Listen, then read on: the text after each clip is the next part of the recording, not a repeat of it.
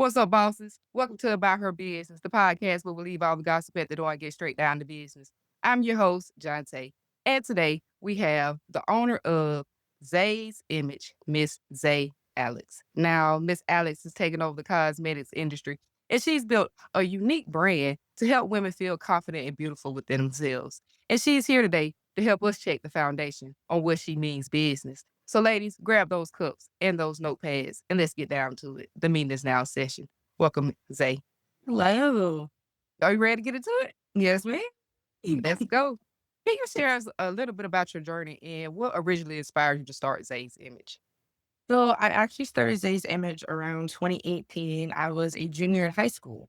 On top of that, I was in the military. So I was there for about 7 years while working on this brand. I didn't officially start putting it out until October of 2022.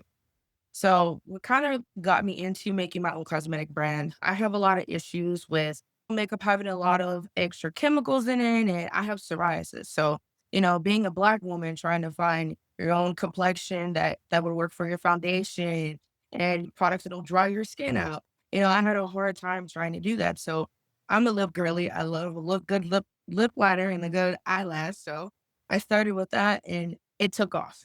So I was really skeptical about it, but at first, I put my faith in God and, here we are today. Oh, wow. And, a dream that started all the way back in middle school, eventually turned into a business empire. Like, I can remember going back in middle school and not being able to find those foundations and lip glosses that match my skin complexion. So, again, Zay, like, thank you for thinking of us women, especially me, because I have eczema. So I can't use all types of products either. And, just using your own personal experience to create a brand for all women to feel beautiful, that's amazing. Now, let's talk about the experiences or the challenges in your life that helped shape your approach to entrepreneurship. I knew from like a young age I wanted to be my own boss. I couldn't work with anybody. I didn't want to. Granted, I was in the army for 7 years, but I knew even then when I got out, I was like, I want to do and work for myself, only my own boss. Being in a family where there's different dynamics and demographics of work, there was nobody who had their own cosmetic brand or was running it and doing it like that. And I was like, you know what? I like to take challenges. So that was definitely one of my challenges for sure.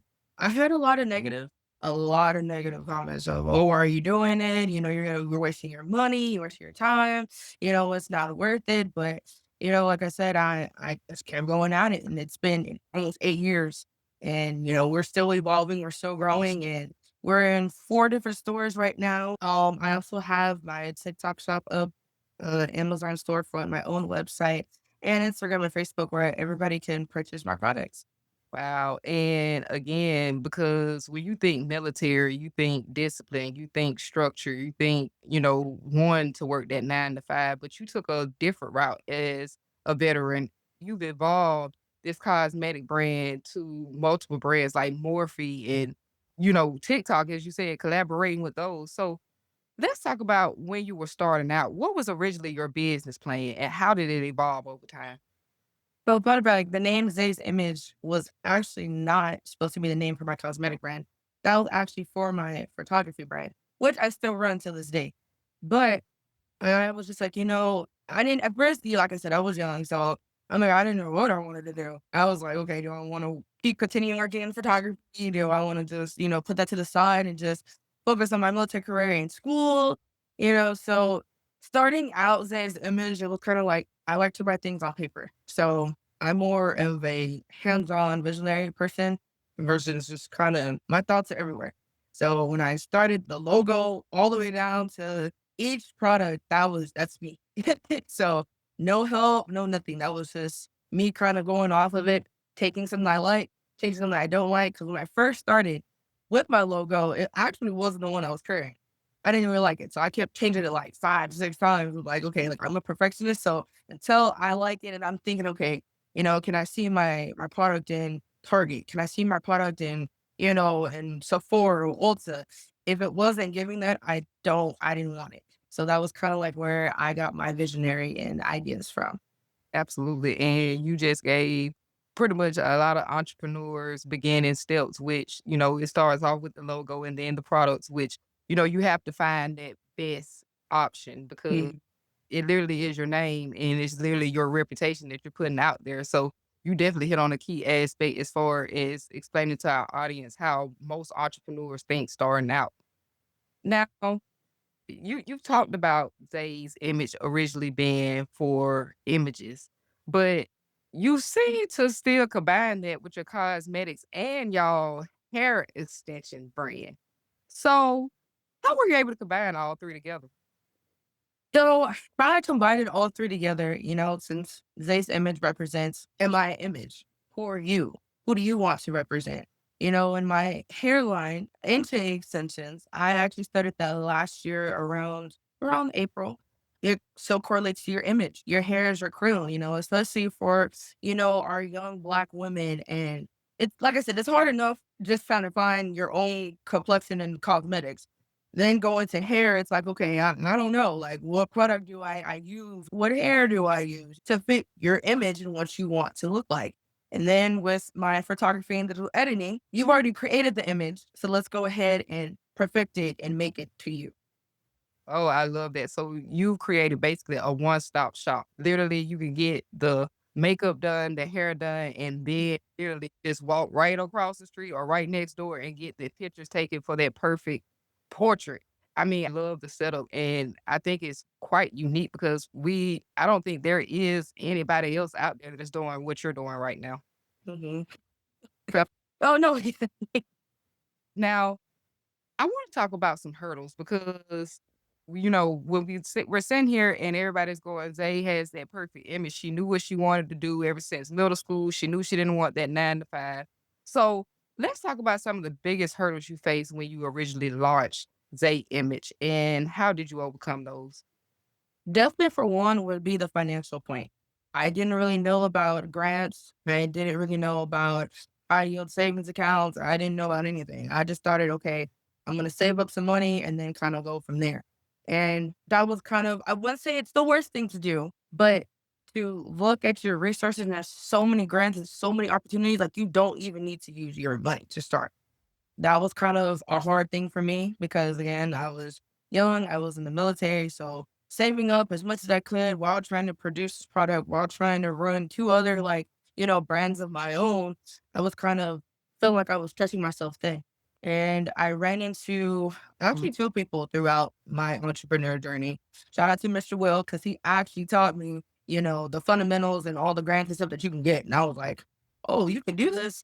So as I started applying and as I started like, putting more knowledge into the financial part of it, that's what kind of helped me brand out Zay's image even more than what it is today. Another thing was, and I tell a lot of people, learning the dynamics and the demographics of what who and where you're selling from. At first, I was just kinda put it in everybody. I was like, "Hey, you wanna buy, you wanna buy, you wanna buy."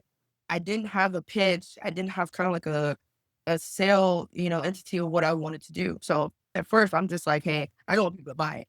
But at first, I wasn't kinda putting out that image for people to buy, like, not even it wasn't more so of an image, it was more so of grabbing your client, like, grasping your customers to be like, "You know what, like, I definitely need that. I need to go buy that." So, as I learned that throughout the years, that was another thing, that kinda folded and made Zay's image, who it is. And on top of that, I have a really good, personality. I'm very social. So that also tied into, okay, yeah, like you got the ball moving and you're putting your pieces together to have Zay's image kind of come together as one. And I think you once again hit on two aspects of entrepreneurship that a lot of entrepreneurs face, which is that financial aspect of it. I can remember when I first started, I knew nothing about grants. So the first thing I wanted to do was find grant writers, and they are expensive, you guys. But learning to just go in rooms and network with people. I've gotten a lot of tips on how to write grants. And, there are AI courses out there that can teach you how to write grants and, edit AI to help you write grants. So a lot of entrepreneurs who started off back in the early 2000s and early 2010s didn't have that same technology and resources that we do now. So I'm just grateful for a lot of the resources that we have because I too did not know about a lot of this stuff out here. Now, how to have you use social media specifically with your accounts to build and grow your brand? When I shared with social media and how I used it, it was more so I was just my natural self. I didn't, try to read a script or, try to have somebody else do my work for me. Everything that's on my social media, that is me. That is 100% me. I don't have, and the people in the background working on their thing. Like, no, all the creativity, that's all me. I had already kind of built that audience. I just kind of excelled it more than what it already was. And then on top of that, like I said, I'm very social. So just even talking to somebody and be like, hey, like, what do you typical wear for makeup? And then we start going from there, like, here's our social media, da da da. And there you go. Oh, and y'all, she built a big, following. She has over 23,000 followers on Instagram right now, and it's steady growing. And I can also validate that she is herself, her natural self in those videos because I've watched quite a few of her reels, and she makes me literally want to buy all of her products. And I'm gonna get her information, y'all, just in case y'all want it by the end of today's episode. That's one thing I can definitely validate when it comes to Zaye. She's definitely herself and her audience loves it. Now, speaking of being yourself, can you talk about how you market and brand and for your business actually worked out well for you? I would say for marketing and branding, definitely going to networking events. Like I said, being social and even talking to one or two people, you never know who you run into. I've run into investors. I've run into, people who actually deal with the cosmetic brand. I've run into a lot of people in my years. And it was just talking like, hey, like, I have a cosmetic brand, da, da, da, da. And we get talking and, oh, I'm an investor. Oh, well, I do marketing over here. And you're like, oh, you never thought you would run into those people, but they're out there. When it comes to also, like I said, just putting yourself out, when you least expect it is when it's actually gonna happen for you. And I agree because I've been to a few events myself, and a lot of people think that a lot of your top investors only go to those top events. A lot of them are attending these small networking events and looking to invest into those smaller businesses. So Ms. Zay is telling y'all the truth. Like, don't be afraid to attend those community networking events. Don't be afraid to, attend a summit or conference or anything like that because you just never know who you may meet. And just because it's a small event don't mean that there's not a millionaire in the room. So now let's talk about how you approach monetizing because everybody wants to know how can you make money in the cosmetic business. How do you approach monetizing your creativity across multiple different platforms such as the cosmetic brand, your image company, and your hair extension company? And can you share with our audience a couple of steps? So two things I definitely would give any young entrepreneur that's starting out. Number one, threads. Threads is where the money is because you are talking to real people. You're engaging with real people. And I have came across so many people, that are looking for, cosmetic vendors or investors, all types of stuff.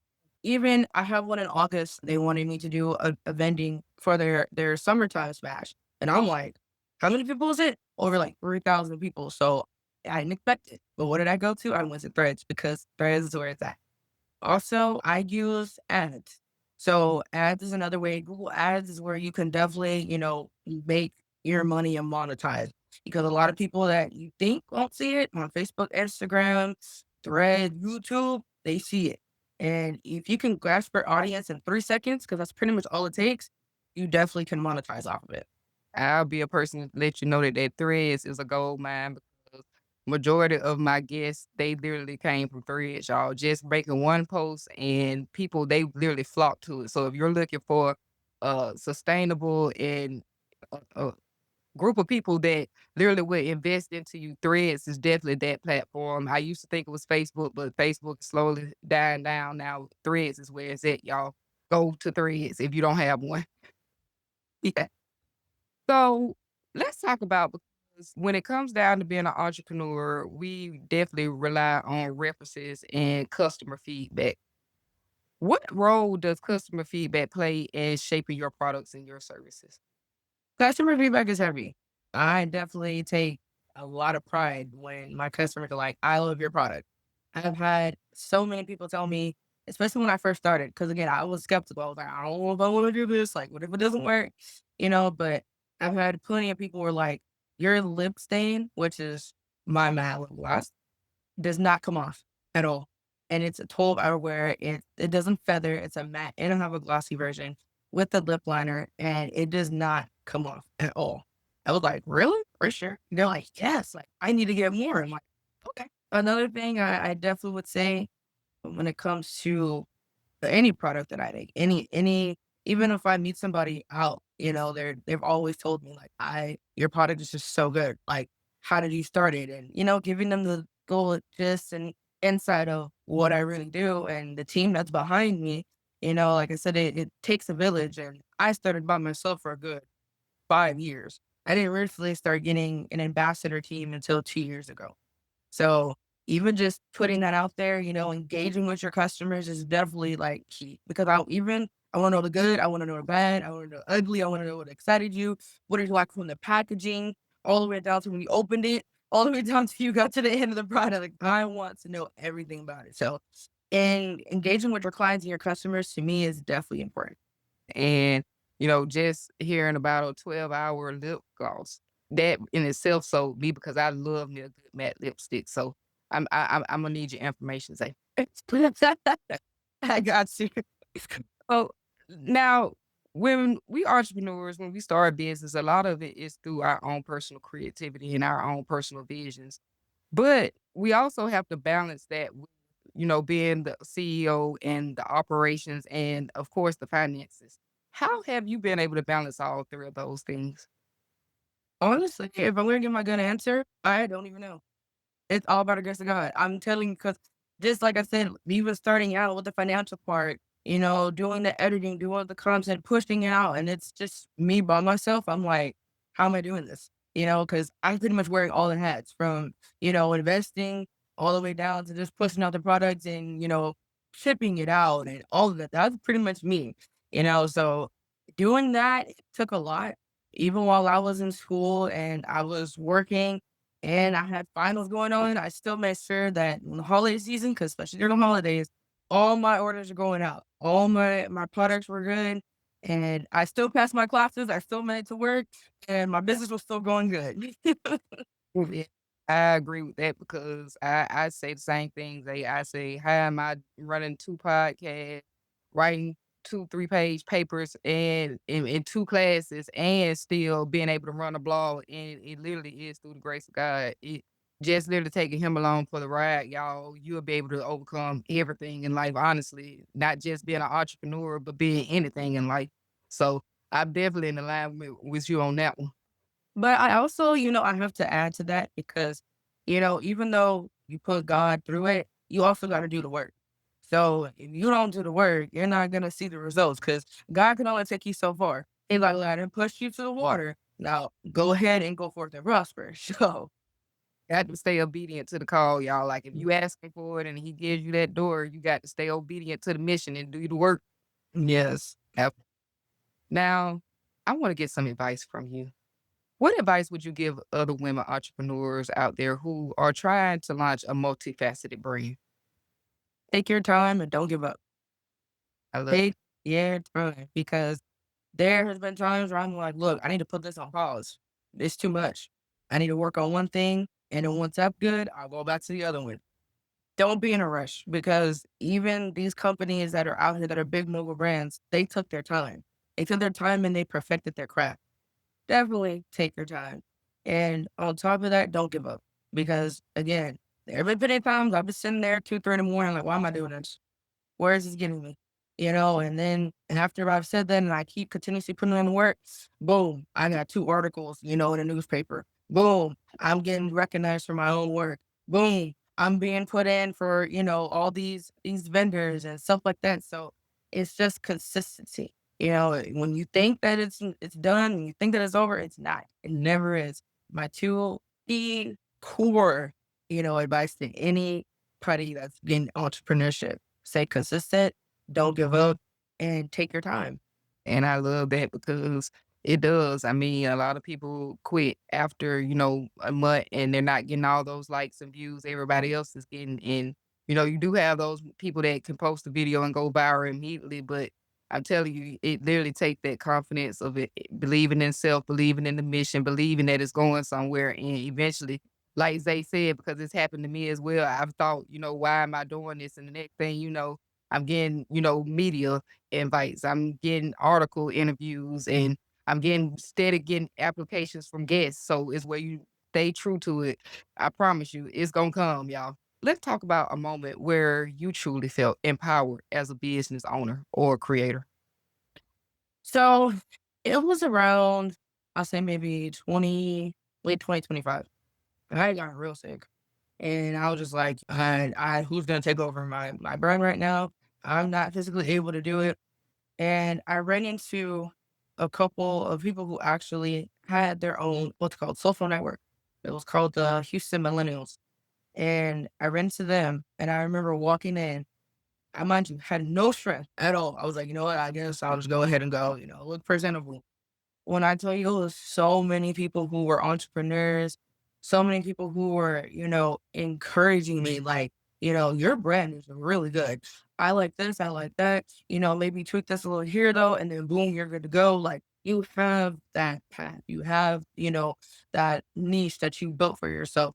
Continue because you never know where it's gonna go.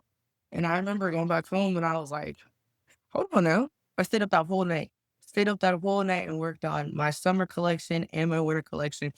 And it took by surprise. I was like, I didn't know where the energy was coming from because I'm a night owl, but I don't be staying up all day and all night like that. So I was like, okay, put this over here and let me add that. Let me put this over here. And I'm like, and even I still talk to some of them to this day, and they were just like, oh yeah, you definitely should put that out. Like my winter collection, it's called Icy. That one took off. They took off. I was like, "Okay." And then I'm currently working on my summer collection, which is called Blazing, and we got a little bit of stuff in store.